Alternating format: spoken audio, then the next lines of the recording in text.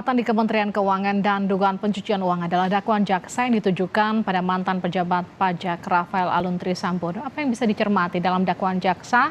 Bagaimana analisis hukumnya? Kita bahas bersama pakar hukum pidana dan tindak pidana pencucian uang dari Universitas Jenderal Sudirman, Prof. Hipnu Nugroho. Kami juga sudah mengundang perwakilan dari penasihat hukum Rafael Alun, tapi tidak mengonfirmasi untuk perbincangan pada sore hari ini. Prof. Hipnu, selamat petang. Selamat petang, Mbak Livi. Prof, kalau membaca dari dakwaan jaksa, apa yang kemudian bisa kita simpulkan dari kasus ini? Ya, dari dakwaan jaksa yang kita simpulkan, jaksa terlalu hati-hati sekali. Tapi ini bagus, Mbak Livi. Hati-hatinya apa? Dalam hal ini yang terdakwa kan baru Rafael. Padahal kalau kita lihat cerita adalah beserta istri. Pertanyaannya, kenapa istri belum jadikan sebagai tersangka? Istri hadir, istri baru sebagai saksi. Oleh karena itu dari deskripsi surat dakwaan yang ada, tampaknya model surat dakwaan yang dibuat oleh KPK itu berlapis dari luar dulu.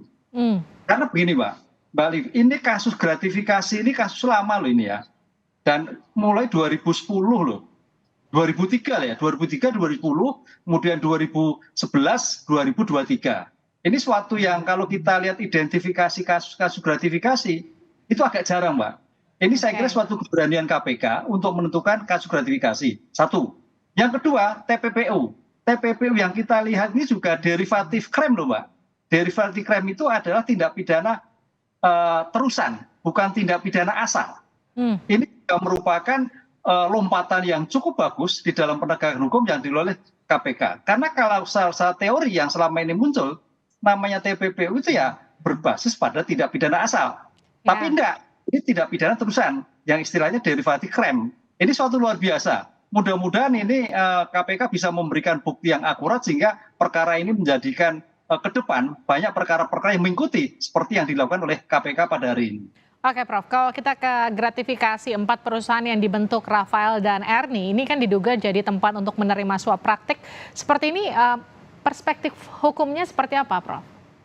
Ya, perspektif hukumnya jelas. Ini saya kira suatu yang sangat terbukti sekali dari suatu tindak pidana menyamarkan,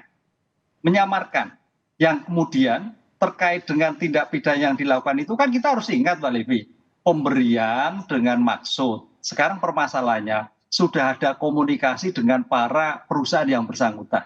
Kan ini ada benturan kepentingan.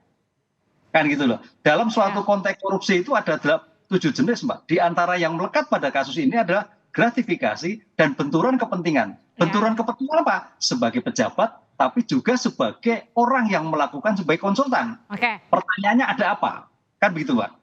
Prof, gini, kalau Rafaelnya sudah sampai terdakwa, tapi kan dalam dakwaannya di sini peran Rafael ada Ernie yang tadi Prof juga sempat singgung bahkan belum jadi tersangka. Yang jadi pertanyaan, mungkinkah sampai kemudian Rafael jadi terpidana, Ernie masih tidak berstatus sebagai tersangka?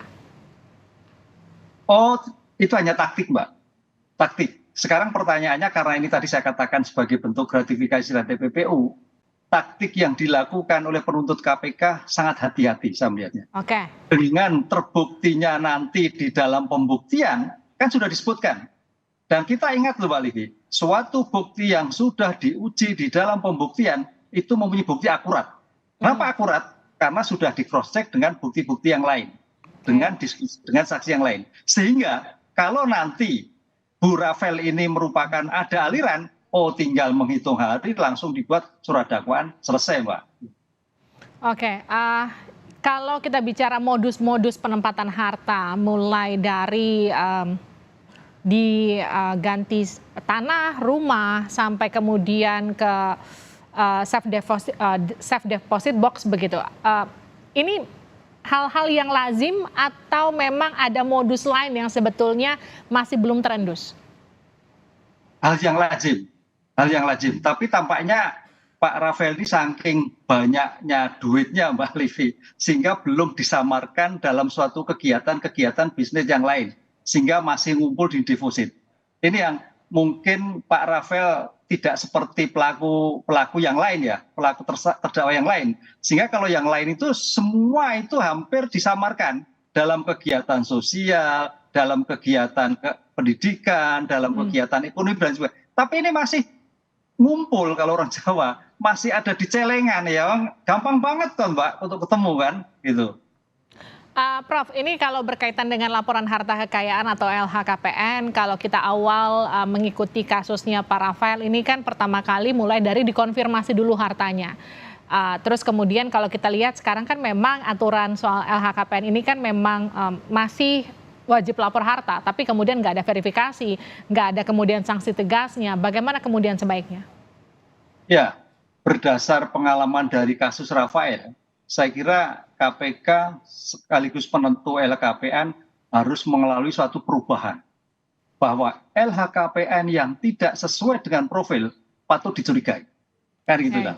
Ini satu pengembangan. Oleh karena itu kalau itu nanti bisa berkembang lebih baik, seseorang yang dilaporkan dalam LHKPN tidak sesuai profil, gampang sekali mengungkap suatu perkaranya.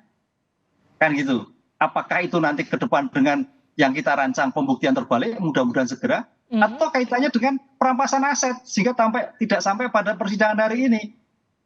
Oke. Baik, terima kasih Prof. Hipno Nugroho. Kita lihat nanti seperti apa perkembangan kasusnya, apakah kemudian akan berkembang menjadi penetapan tersangka lain. Kalau tadi Prof bilang ini adalah taktik yang digunakan penyidik KPK untuk melihat, mungkin memang terkesan terlalu terhati-hati, tapi nanti kita lihat akan seperti apa. Terima kasih Prof. Terima kasih Mbak.